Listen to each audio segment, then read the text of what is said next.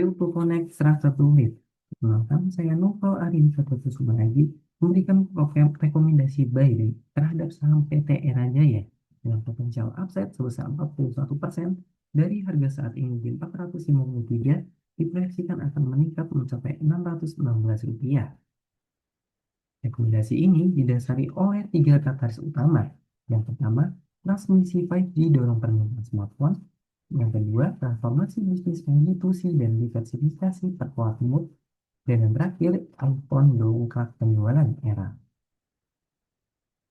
Era atau Era Jaya Swasembada Tbk adalah perusahaan retail terbesar di Indonesia yang merupakan distributor bagi lebih dari 10 merek smartphone ternama di Indonesia dengan jumlah gerai mencapai 2.194 pada 2024 yang tersebar luas di seluruh Indonesia. Sejak 2020, perseroan juga mulai melakukan diversifikasi bisnis di bidang food and nourishment serta beauty and wellness. Dan kuartal kedua 2025 tercatat tingkat average selling price dan volume penjualan meningkat setelah sebelumnya mengalami penurunan pada kuartal pertama. Hal ini dikarenakan rilisnya iPhone 16 di Indonesia yang meningkatkan penjualan Era. Saat ini, secara valuasi, Era diperdagangkan di bawah 5 tahun rata-rata PI standar deviasinya, sehingga saya menilai bahwa harga saham Era dalam kondisi undervalue dengan margin of safety yang cukup menarik. Untuk katalis investasi yang pertama, transmisi 5G dorong permintaan iPhone.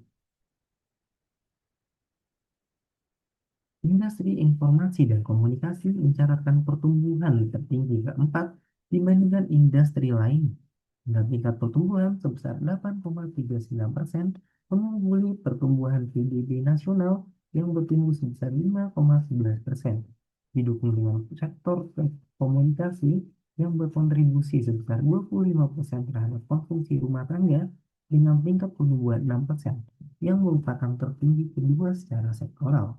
Dari sisi pengeluaran masyarakat di level high income mencatatkan pertumbuhan tertinggi setiap tahunnya.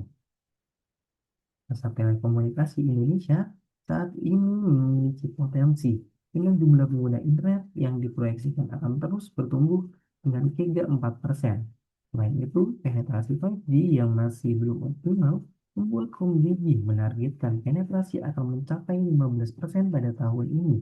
Didukung oleh jumlah pengguna smartphone yang terus bertumbuh, hal ini akan menguntungkan bagi Era yang merupakan retail smartphone terbesar di Indonesia. Era Jaya mendominasi pasar smartphone di Indonesia melalui merek-merek yang terkenal seperti Apple, Samsung, Oppo, serta Xiaomi yang menguasai lebih dari 50% market share. Didukung oleh ekosistem penjualan yang terintegrasi serta jumlah pelanggan Era Express yang terus meningkat, menegaskan dominasi Era di industri ini. Katalis investasi yang kedua, transformasi bisnis B2C dan diversifikasi perkuat mood. Era Jaya mulai bertransformasi dari sebelumnya distributor, bisnis to bisnis dan bisnis to customer terbesar, mulai bergeser dan berfokus pada segmen bisnis to consumer yang lebih memberikan margin tinggi. Dibuktikan dari jumlah gerai sebanyak 1.053 pada 2020, tumbuh menjadi 2.194 gerai pada 2024, disertai oleh menurunnya jumlah distributor dan reseller yang dimiliki Era. Tidak hanya berasal dari gerai elektronik, jumlah gerai di bidang active styles mencatatkan pertumbuhan yang tinggi, menunjukkan Era Jaya mulai melakukan diversifikasi jenis usahanya dari persebaran gerai sendiri. Era berupaya untuk dapat lebih menyatu dengan segala lapisan masyarakat dengan mendirikan gerainya di pinggir jalan serta Pulau Jawa, menandakan Era Jaya siap menangkap semua peluang yang ada. Menggunakan Porter Five Force, didapatkan bahwa industri elektronik memiliki tingkat persaingan dan price sensitif yang sangat kuat, di mana hal ini dapat mengancam penjualan Era ke depannya apabila tidak segera melakukan mitigasi.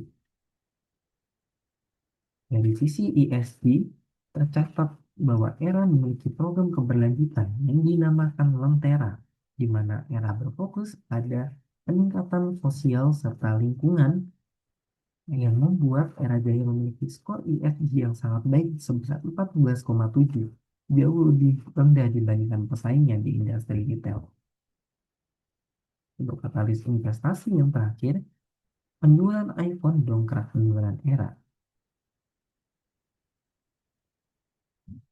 Tercatat bahwa pada setiap tahunnya, terutama di kuartal keempat, yang merupakan perilisan iPhone di Indonesia, penjualan era terus tercatat sangat tinggi di kuartal keempat setiap tahunnya.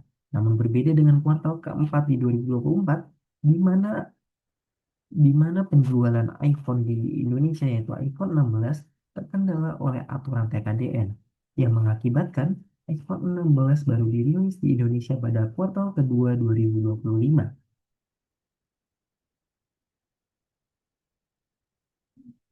Dari sisi Triple SC atau Same Store Sales Growth, perilisan iPhone 16 di Indonesia pada kuartal kedua memberikan kontribusi yang sangat positif bagi penjualan era, di mana tercatat Triple SC memiliki era pada kuartal kedua tercatat tumbuh sebesar 9,2%. Apabila kita juga melihat dari sisi cost of goods sold, tercatat bahwa Apple memberikan kontribusi tertinggi, di mana hal ini menegaskan posisi Apple sebagai kontributor penjualan terbesar dari era Jaya. Selain itu, perilisan iPhone pada kuartal keempat 2025 ini berpotensi juga akan mendongkrak dari revenue yang didapatkan era di tahun ini, serta didukung oleh gerak iBox yang terus bertumbuh setiap tahunnya, membuat era siap menangkap semua peluang pasar.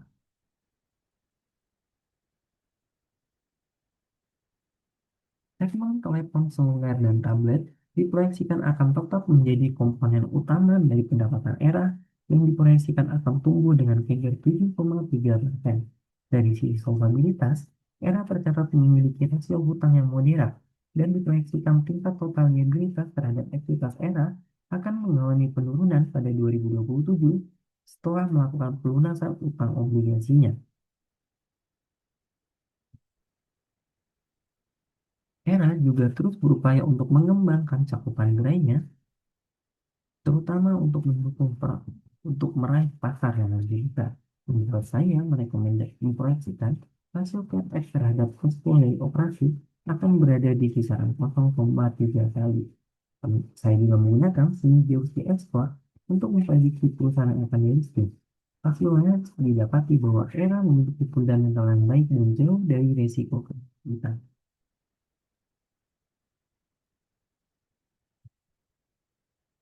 Dalam menghitung valuasi, saya menggunakan metode valuasi DCF dengan bobot 60% dan relative valuation sebesar 40%.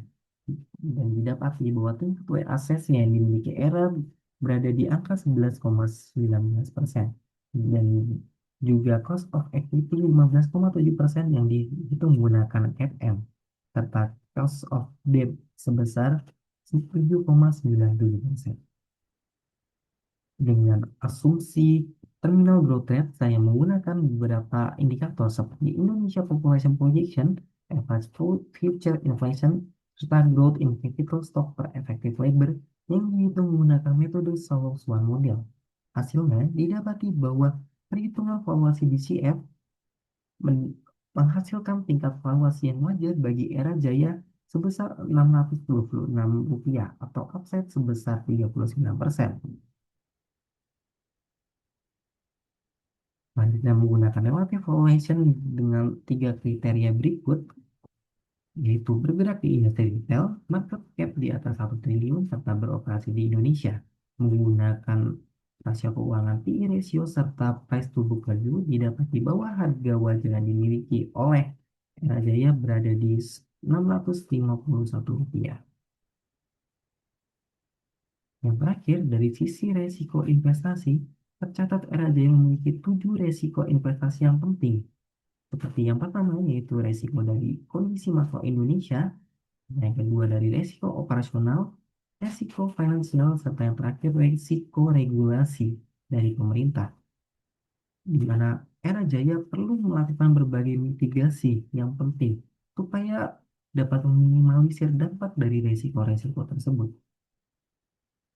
Sekali lagi, saya kembali memberikan rekomendasi buy terhadap saham era dengan potensial upside sebesar 41% menggunakan tiga tesis investasi berikut. Era Jaya, Blue Toko naik saat tersebut. Sekian, terima kasih.